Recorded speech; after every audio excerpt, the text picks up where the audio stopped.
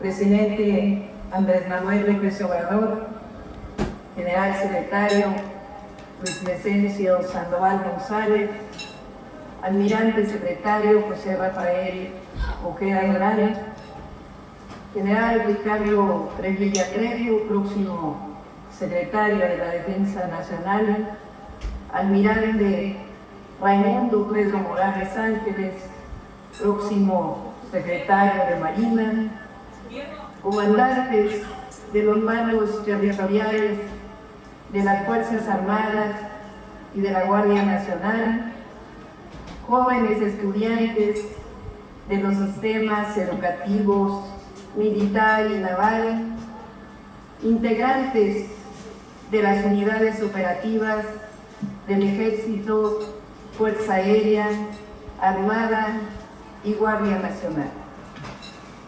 Es un honor y un orgullo dirigirme ante ustedes, hombres y mujeres que han escogido como forma de vida la pertenencia a dos nobles instituciones que son pilares de la nación: la Secretaría de la Defensa Nacional y la Secretaría de Marina. Son mexicanas y mexicanos que han tomado la decisión de servir a su patria, a su pueblo, con honor, lealtad, patriotismo, honestidad y valentía. La razón o el origen por el cual llegaron aquí será probablemente distinto, pero su misión es una y es la que compartimos: el amor a la grandeza de nuestro hermoso país, libre, independiente y soberano. México, nuestra nación, es extraordinaria. Tenemos orígenes en civilizaciones que se remontan a más de 3000 años, que dieron al mundo el cultivo del maíz, el jitomate, el cacao, el chile, la calabaza, entre otros, que construyeron grandes pirámides y ciudades, se dedicaron a la astronomía y a las matemáticas, crearon formas de organización y desarrollo con valores profundos que nos arropan hasta ahora. Somos también, probablemente, el único país en el mundo que ha vivido 4 grandes transformaciones profundas que han moldeado nuestra historia hasta llegar a ser lo que somos. La independencia, hace poco más de 200 años, que nos liberó de la corona española y que tuvo como padres de nuestra patria a Arturo Hidalgo y Morelos, que además de iniciar la lucha por un país libre, aspiraban a abolir la esclavitud y tener una nación con igualdad y con justicia. Los acompañaron otros grandes héroes, como Allende, Guerrero, Guadalupe Victoria, y heroínas, como José Ortiz de Domínguez y Leona Vicario. La revolución de independencia duró más de una década. Fue justamente hace 200 años, en 1824, que surgió la primera Constitución de la República y el primer presidente de México. La segunda transformación inició poco más de 30 años más tarde, después de haber vivido la intervención estadounidense y haber perdido la mitad de nuestro territorio. La segunda transformación, idealista, encabezada por Benito Juárez, un indígena zapoteco, significó la separación entre la Iglesia y el Estado, y una nueva Constitución, la de 1857. Una guerra civil encabezada por el conservadurismo de entonces. Sin embargo, no prosperó el abolir aquella Constitución. Sin embargo, después del triunfo, llega la intervención francesa. Con valentía y sin titubeo, Juárez, los liberales y el pueblo de México lucharon hasta lograr la segunda independencia de nuestra patria. Hay participaciones de jóvenes de aquella época que trascendieron hasta nuestros días. Los niños héroes, cadetes del colegio militar que dieron su vida contra la intervención estadounidense. O como el general Zaragoza, que en la gloriosa batalla de Puebla contra el ejército francés le dijo a los combatientes: tenemos enfrente al mejor ejército del mundo, pero nosotros somos los mejores hijos de México. La tercera transformación, la Revolución Mexicana, inicia con el Plan de San Luis, cuando Francisco I. Madero llama a tomar las armas al pueblo de México para derrotar la dictadura de Porfirio Díaz, con el grito: sufragio efectivo, no reelección. Madero llega a la presidencia después de meses de insurgencia, pero poco más tarde es derrocado y asesinado junto con el vicepresidente Pino Suárez por un golpe de Estado perpetrado por Victoriano Huerta, y con él quienes querían recobrar a un régimen dictatorial y a favor de los que se habían beneficiado con el periodo porfirista. De todos los gobernadores de aquel tiempo, solo hay uno que no aceptó ese golpe de Estado: el gobernador de Coahuila, Estado natal de Madero, Venustiano Carranza. El 19 de febrero de 1913, el Congreso del Estado de Coahuila publicó un célebre decreto en el que desconocía al usurpador Victoriano Huerta y facultaba a Venustiano Carranza para crear una fuerza armada y restablecer la democracia y el orden constitucional. Ese es el origen de nuestras fuerzas armadas. Dice el historiador García Diego que desde el inicio el ejército estuvo integrado por campesinas y campesinos del sur, por vaqueros del norte del país, que eran hábiles en el uso de las armas y del caballo, por mineros, como los reprimidos en Galanera durante el Porfiriato, pero ampliamente capacitados en el manejo de la dinamita, por ferrocarrileros que conocían muy bien todo el territorio nacional, por arrieros, que era un oficio muy noble y muy popular en aquellos días, empleados públicos y pequeños comerciantes. Se sumaron indígenas del norte, del centro y del sur, obreros y artesanos y generales salientes como Zapata, como Villa, como Mundo. 7 años más tarde del inicio de la Revolución Mexicana, el ejército de hombres y también mujeres valerosas triunfó. En el año de 1917 fue promulgada la nueva Constitución, pero no fue hasta el periodo del general Lázaro Cárdenas del Río que se cumplieron muchas de las demandas de justicia social. No podemos olvidar a los cadetes del colegio militar que acompañaron a Madero entre el castillo de Chapultepec y el Palacio Nacional, defendiendo a su presidente y a la democracia en el inicio de lo que se conoció como la escena trágica. O al gran general Felipe Ángeles, uno de los grandes humanistas, un general humanista, que dijo: hay algo frágil, débil, pero infinitamente precioso que todos debemos de tener: la vida. Lo relevante que quiero transmitirles es que las Fuerzas Armadas Mexicanas vienen de una revolución social, vienen de la lucha por la democracia, de la defensa del pueblo por sus derechos, de la justicia social.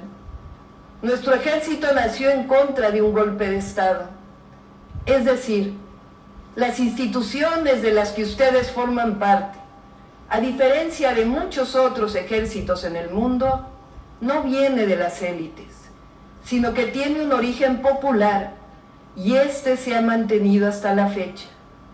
Por eso coincido cuando el presidente López Obrador dice: la soldada, el soldado, las Fuerzas Armadas son pueblo uniformado.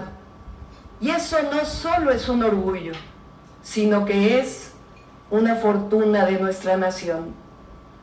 La historia siguió su camino y de 1983 al 2018 se instauró en México el llamado modelo neoliberal, que significó la presencia de gobiernos al servicio de unos cuantos. Se empobreció a nuestro pueblo, aumentaron las desigualdades y también llegó la violencia. Pero en el 2018, el pueblo, por la vía pacífica y electoral, dispuso iniciar una nueva transformación bajo el liderazgo del presidente Andrés Manuel López Obrador.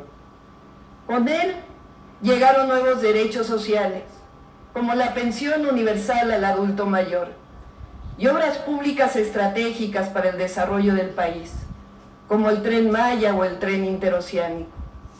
En esta nueva etapa también se creó la Guardia Nacional para proteger al pueblo de México y construir paz y seguridad.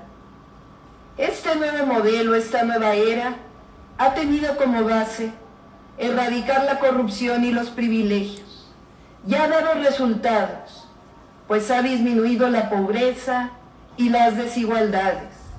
Y además, hay una ruta trazada para el desarrollo del país, con prosperidad compartida, y que se basa en un principio humanista, por el bien de todos, primero los pobres. A esta era, a esta nueva transformación, le llamamos la cuarta transformación, y tiene una forma de pensamiento, el humanismo mexicano. Junto a esta transformación pacífica y por la vía electoral, han estado también la Secretaría de la Defensa Nacional y la Secretaría de Marina, las Fuerzas Armadas, con sus secretarios leales al poder civil y cooperando, caminando junto a su pueblo, de la mano del Comandante Supremo de las Fuerzas Armadas y apoyando en las nuevas tareas que se les han encomendado, como la construcción de obras y tecnologías para el desarrollo de la nación. En el documental que recientemente fue estrenado en redes sociales de Pigmenio Ibarra sobre el Tren Maya, el general secretario Luis Crescencio Sandoval dice algo que quiero recuperar. Estas obras, refiriéndose al Tren Maya, son oportunidades de servir a México de una manera diferente.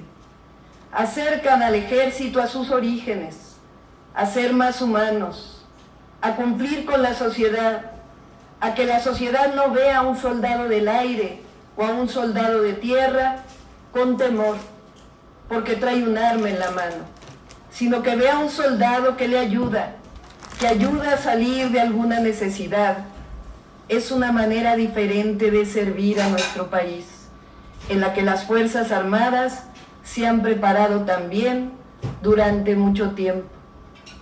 También vemos con orgullo a las y los soldados, a las y los marinos, a las y los elementos de la Guardia Nacional, salvando y protegiendo a la población en un sinnúmero de situaciones de desastre.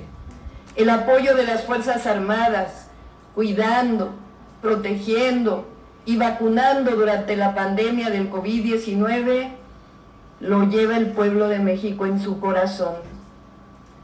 Este origen y este humanismo, como el del general Felipe Ángeles, le da a las Fuerzas Armadas mexicanas una tradición civilista, es decir, la obediencia de nuestras Fuerzas Armadas al mando civil, elegido o elegida por el pueblo y reconocido por las instituciones civiles.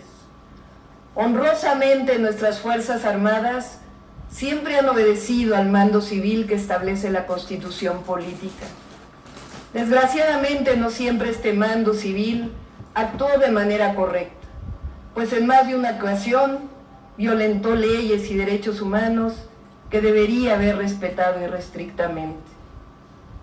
En unos cuantos días recibiré orgullosamente la banda presidencial de manos del presidente Andrés Manuel López Obrador, en una ceremonia republicana, después de haber sido electa por el pueblo de México el pasado 2 de junio.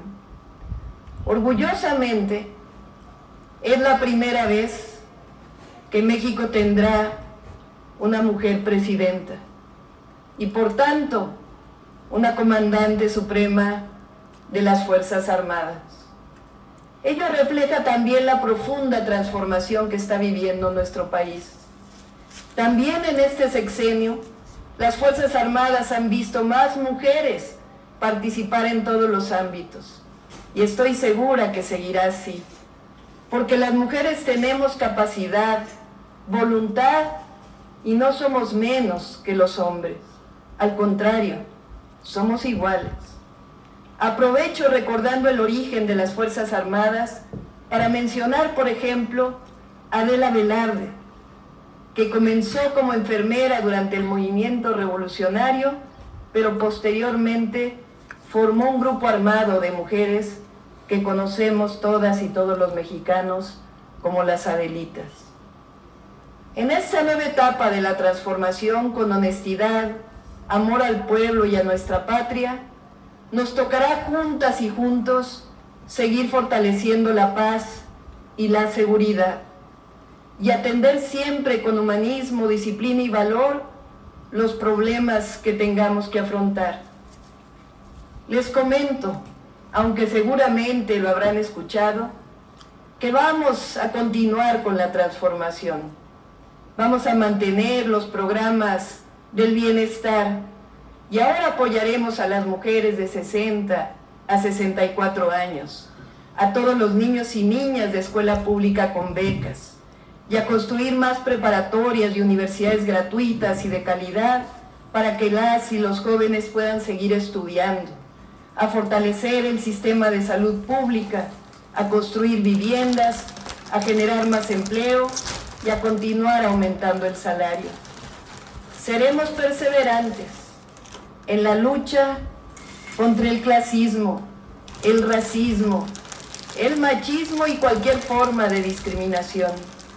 Es decir, haremos de México un país todavía más próspero, justo e igualitario, y seguiremos engrandeciendo la dignidad y el orgullo de ser mexicanas y mexicanos. Fortaleceremos la Guardia Nacional como parte de la Secretaría de la Defensa Nacional y les convocaré para seguir apoyando en la construcción de grandes proyectos estratégicos como los trenes de pasajeros hacia el norte del país y los nuevos puertos. Son y van a seguir siendo los tiempos de las hazañas pacíficas. Sepan que vamos a hacer un gobierno honesto, íntegro, que dará orgullo a nuestro pueblo. Y de algo pueden estar seguros, pues por nuestro origen humanista, por el profundo respeto que tengo a nuestras Fuerzas Armadas, nunca emitiré una orden que vulnere el orden constitucional o los derechos humanos de nuestro pueblo. Termino. Feliciten de mi parte a sus familias, a las y a los jóvenes. Díganle a sus madres, particularmente a sus madres, que dice la presidenta electa que tienen hijos e hijas grandiosos, que harán cosas extraordinarias, porque estamos viviendo tiempos virtuosos, como fue con las Fuerzas Armadas humanistas, visionarias y ejemplares de nuestro gran país. ¡Que vivan las Fuerzas Armadas! ¡Que viva México! ¡Que viva México! ¡Que viva México!